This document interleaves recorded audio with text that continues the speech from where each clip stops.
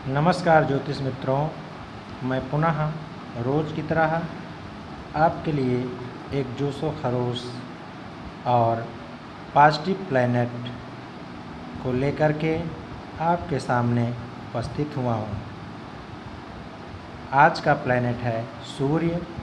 इसी क्रम में हम सूर्य, चंद्रमा, गुरु, मंगल, शनि, शुक्र, बुध, राहु, केतु सभी ग्रहों का अलग अलग स्वभाव, गुण, भाव, भाव प्रभाव, राशि प्रभाव, लग्न प्रभाव लेकर के आते रहेंगे। जैसा कि आज सूर्य के बारे में हम समझते हैं कि ये किस प्रकार का व्यक्तित्व, किस प्रकार का प्लैनेट होता है। तो सबसे पहले हम ये आपके सामने दो होरा चक्र बनाए हैं। एक में लिखा है लग्न या प्रथम भाव, तो यहीं से हम प्रथम भाव पढ़ना प्रारंभ करते हैं और इसे ही हम लग्न कहते हैं। तो यहाँ से हम इसे ही लग्न कहते हैं। अब देखिए, इसी लग्न में जैसे सूर्य बैठा है तो इसे ही हम प्रथम भाव कहेंगे। 1 2 3 4 5 6 7 8 9 10 11 और 12। अब देखिए, इस प्रथम भाव में सूर्य यदि बैठ गया तो सूर्य को मेष में उच्च का कहा जाता है। ये देखिए, आपको हमने इसके बारे में भी लिखा है कि प्रथम भाव को लग्न कहते हैं। इससे व्यक्तित्व, रूप, रंग, आत्मविश्वास, अभिमान, यश अपयश, सुख दुख देखा जाता है। तो यहाँ पर सूर्य उच्च का हो जाता है। ये देखिए, ऊपर हमने सबसे लिखा है कि सिंह राशि का स्वामी है, मेष राशि में उच्च का माना जाता है, तुला राशि में नीच का माना जाता है। अब ये चाहे आपके लग्न चार्ट में हो, चाहे नवमांश में हो या चंद्र कुंडली में हो, कहीं भी अगर इस प्रकार से आपको मिलेगा तो नेगेटिव परिणाम मिलता है। अब देखिए, जैसे कि व्यक्तित्व, आपका व्यक्तित्व कैसा होगा, तो सूर्य स्वयं एक आग का गोला है, तेज है, आभा है, ओजस्विता है, ज्वाजल्यमान है, दूसरे का परोपकार करता है निस्वार्थ भाव से। तो यह इसकी प्रवृत्ति होती है ऐसे जातक की।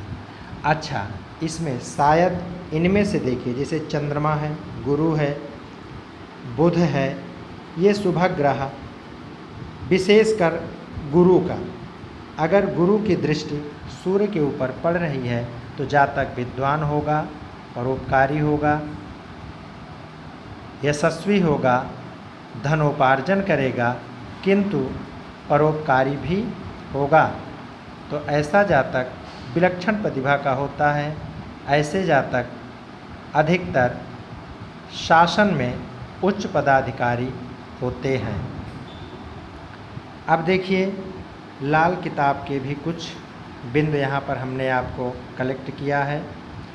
जैसे लाल किताब के अनुसार मनुष्य का चरित्र, जैसे सूर्य यहाँ पे है तो सूर्य का स्वभाव होता है कि स्वयं में सब कुछ समझना, एक आग के गोले की तरह एक एनर्जी, जिसकी एनर्जी को सिर्फ रूपांतरित किया जा सकता है, उसकी एनर्जी को कम नहीं किया जा सकता है। उसी प्रकार से मनुष्य का चरित्र भी होगा। खुद की कमाई माने खुद पे भरोसा रखने वाला होगा, मकान तथा उसके कोने, दिमागी ताकत बढ़िया होगी, पिछले जन्म का साथ लाया धन का पता चलता है। अब जरूरी नहीं कि यहाँ पे सूर्य है, यहाँ पे कोई भी ग्रह हो सकता है, लेकिन सूर्य है तो ज़्यादातर यह जाता, जैसे एक तरह सूर्य की आदत है हठ। जैसे कहा गया है चंद्रमा और सूर्य, जैनियों ने इन्हें इसका संकेत माना है हठ योग साधना। तो सूर्य को जैसे तटस्थ, उसी प्रकार चंद्रमा, ये दोनों प्लैनेट होते हैं, लेकिन चंद्रमा का स्वरूप बदलता रहता है, किंतु दो ही, जैसे कि सूर्य के प्रकाश से चंद्रमा चमकता है। तो कहीं न कहीं उसका भी अर्थ इसी संदर्भ में लगाया जाता है। तो सूर्य वास्तव में एक प्रकार का ऐसा जातक जिद्दी भी होता है। अच्छा, वही उसकी ऊर्जा है, उसे से ही वो कामयाब होता है। वर्तमान, जन्म नियत, पूर्व दिशा और दूसरे से संबंध परखा जाता है।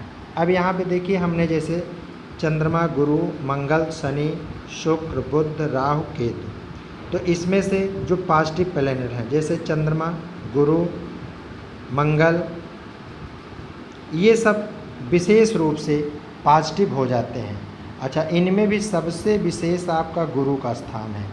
गुरु जैसे कि मान लीजिए यहाँ बैठेगा तब भी सूर्य पर दृष्टि डालेगा, यहाँ बैठेगा नवम में तब भी सूर्य पर दृष्टि डालेगा, और यहाँ पर गुरु बैठेगा तब भी सूर्य पर दृष्टि डालेगा।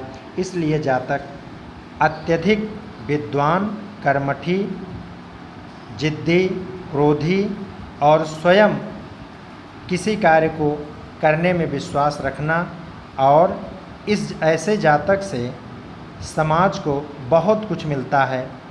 कभी कभी ऐसे जातक अभिमानी हो जाते हैं तो अपना नुकसान भी कर बैठते हैं, किंतु कभी कभी रेयर केस में यहाँ सूर्य का बैठना जातक में तेज, आभा, मेहनत, कर्मठशील, परिश्रमी बनाता है।